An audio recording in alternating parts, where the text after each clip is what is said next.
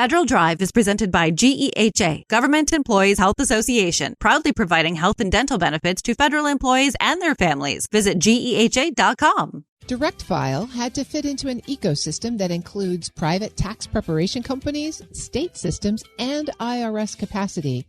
Even with positive user feedback, that environment created friction that could shape what comes next. Gabriel Zucker, fellow at the Economic Security Project, joins us to walk through a new report that details what happened with Direct File and what lessons future reformers should learn.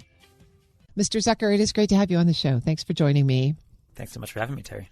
The Economic Security Project is out with a new report called The Future of Tax Filing.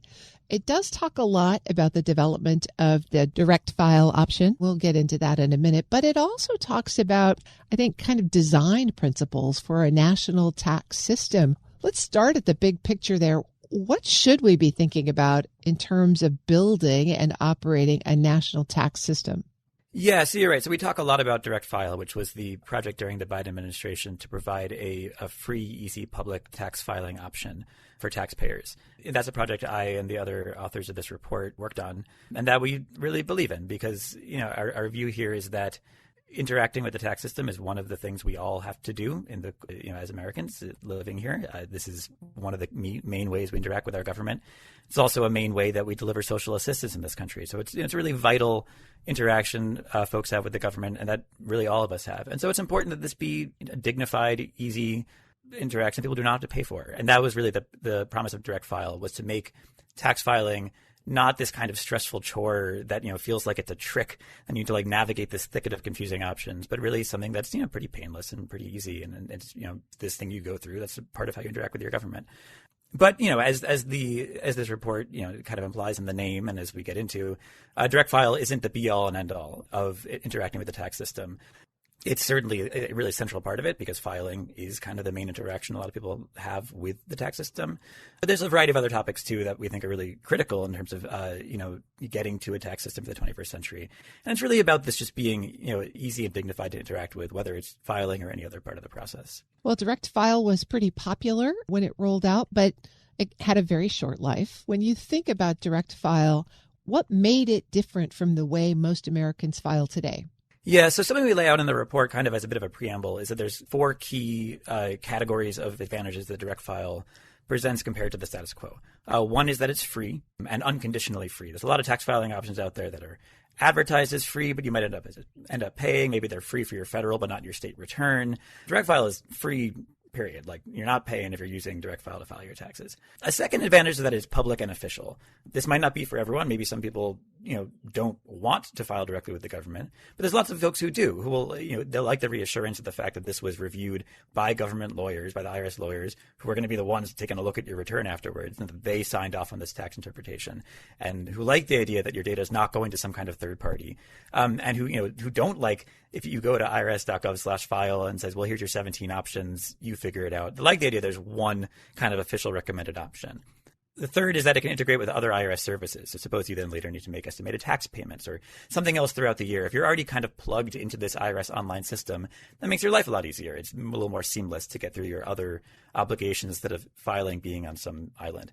And the fourth, and the one that I think I and a lot of folks were the most excited about, is that it really has the promise of being unprecedentedly easy and nearly automated. I think everyone knows the IRS has a lot of data about your tax situation. In fact, they'll use that when they review your return.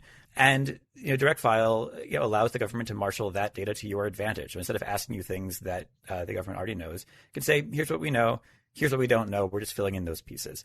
And I think over time, is really that last part in particular would end tax filing as we know it and make it a really kind of different interaction than what we're used to. When you think back to the Direct File pilot and rollout, were there parts of it that you thought could scale right away and other parts that needed more work? I mean, I think the big question was, would the basic idea work? And there were plenty of skeptics out there who would say the government won't be able to provide a good tax filing product. People won't like it. Maybe the state filing approach won't work. That was kind of one of the big questions that I was quite involved with. And I think the key point is that at a fundamental level, it all worked. The biggest thing that we needed was more time to scale. It needed time to scale to more tax situations. It needed time to scale to more of this repopulation and automation I just alluded to. And it simply just needed time to scale to more users. Tax filing is what we kind of call sometimes a sticky behavior, which is to say people are, quite likely to stick to the thing that they already are using because they're used to it. And so it'll take time for this to kind of become part of the consciousness and people become aware it's an option that they could switch to. And that's just kind of time that needs to go by, for more and more people to learn about it and use it. There's like various things if you go into the weeds of this report about small technical stuff that with the benefit of hindsight, we would amend or iterate on our approach to. There's some stuff about identity verification. There's some details about how state taxes get accommodated. There's some stuff about the back end tooling that the team actually building the product uses to keep track of the functionality in it. But, I think even with the benefit of 2020 hindsight here, I think we all feel pretty good about how this went and that it proved this is possible for the government to do. Gabriel Zucker is a fellow at the Economic Security Project. The concept of taxes is pretty easy for most people to get, but the tax environment is actually really complicated. You have the federal government, you have states, localities, you have all kinds of different taxes. You have a lot of corporate and private sector interest in here. Again, back to thinking about direct file, it showed so much promise. When you think about that ecosystem, why did it die? Well, isn't that the million-dollar question to a degree? I mean, look, something that I like to point out is that there's nothing especially partisan about the idea of providing a free and easy tax filing tool and doing high-quality tax administration. And I think the clearest proof of that was the conversations that I and others were having, especially in 2024, after the announcement direct file would be available, what was then being called permanently into the future, and it turned out not to be permanently. We were talking to states across the country, and this wasn't, some kind of ideological battle. It was people running state tax departments saying, yep, I agree. It should be free and easy to file a return, and I'm excited about providing this to people. It's a question of when. I might not be able to do it tomorrow, but of course I see the value of doing this. And that was true of red states, blue states across the country.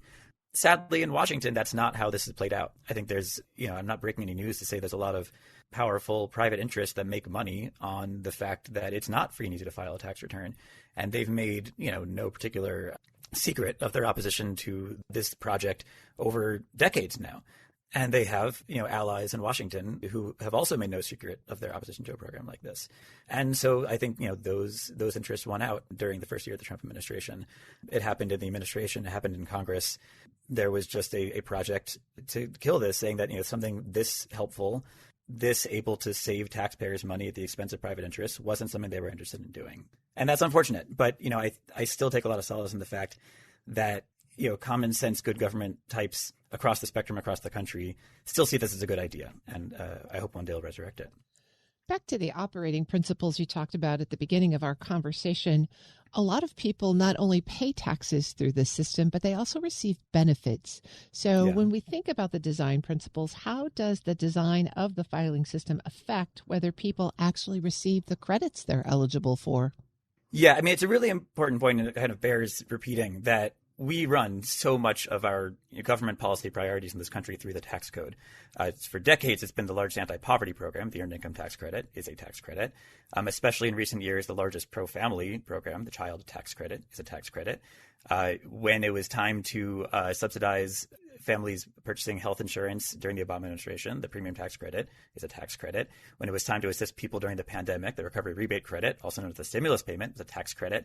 Even today, when the administration is trying to roll out 530A, also known as Trump accounts, these contributions to newborns are tax credits. So we have a long history, for better or worse, in this country of putting all of our priorities to assist folks with, cash or near cash through the tax code. And what that means is that your tax return is your ticket. It's your application to receive all those benefits. And, if Congress has decided to provide these benefits, then it's kind of incumbent on the government to make sure people can get them. And if there's not, a free and easy way to do it, the work's really only half done. So, filing taxes is not just this obligation that we all have, by being part of the economy, being part of a society. But it's the critical way that we've decided to get assistance out to people. And so a big principle of direct file was making sure it was really easy for those people who actually really need that assistance and are really struggling to access the tax system to make sure they can get it. Your report is positioned as a guide for future reformers, which I think is interesting. What did you learn through this process that maybe could be applicable beyond the tax system, say to people who are thinking about health policy or consumer safety? What are the basic reform principles that come through here? Ooh, it's a really good question. I'm going to have to punt a little bit on this one because what we did spend a lot of time looking through the story of how direct file came to be, which was kind of a fun, like everyone touching the different parts of the elephant thing as we were working on this over the last year, because we'd all seen different portions of how the decision got made and how the political will was built and, you know, the different aspects of bringing a thing into being. And we go into this a lot in the first chapter of the report, where we really explore a lot of the challenging dynamics in getting a big change to happen, because it's hard to get a big change to happen. I don't need to tell you or anyone listening to this program that. So there's all kinds of questions about, you know, deference to agencies versus kind of pushing things through centrally, about moving slowly versus moving quickly, about, you know, doing things administratively versus through Congress. And I don't have the answers to those questions. And if I did, I think that'd be pretty exciting. But we tried to lay out how those dynamics shook out over time in getting this important reform out the door. And I do think people trying to get other reforms out the door might take a look at that story and consider some of those trade-offs themselves as they're trying to do that in the future. I've been speaking with Gabriel Zucker. He's a fellow at the Economic Security Project. Thanks so much for joining me today. Thanks, Terry. I appreciate it. We'll post this interview and a link to the report at federalnewsnetwork.com/Federal Drive. Subscribe to the Federal Drive wherever you get your podcasts.